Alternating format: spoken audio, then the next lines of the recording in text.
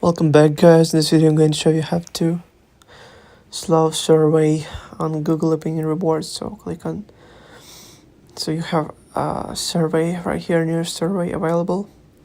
Click on answer survey, then click OK. I got it. Then during the past week, have you shopped for video media players such as DVD and Blu-ray players?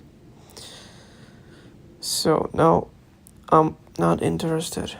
Click done and you get your 10 cents rewards.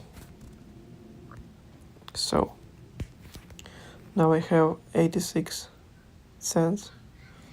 Still need $1.14 until my next payout. For the whole my history, I made $11.61 total rewards. I'm done 61 surveys, 5 payouts and 5 receipt tasks. Also for my last receipt I got, it was uploaded on Tuesday, and today I got 11 cents. I can upload receipt right now. Also I can forward receipt from my email if I buy something online.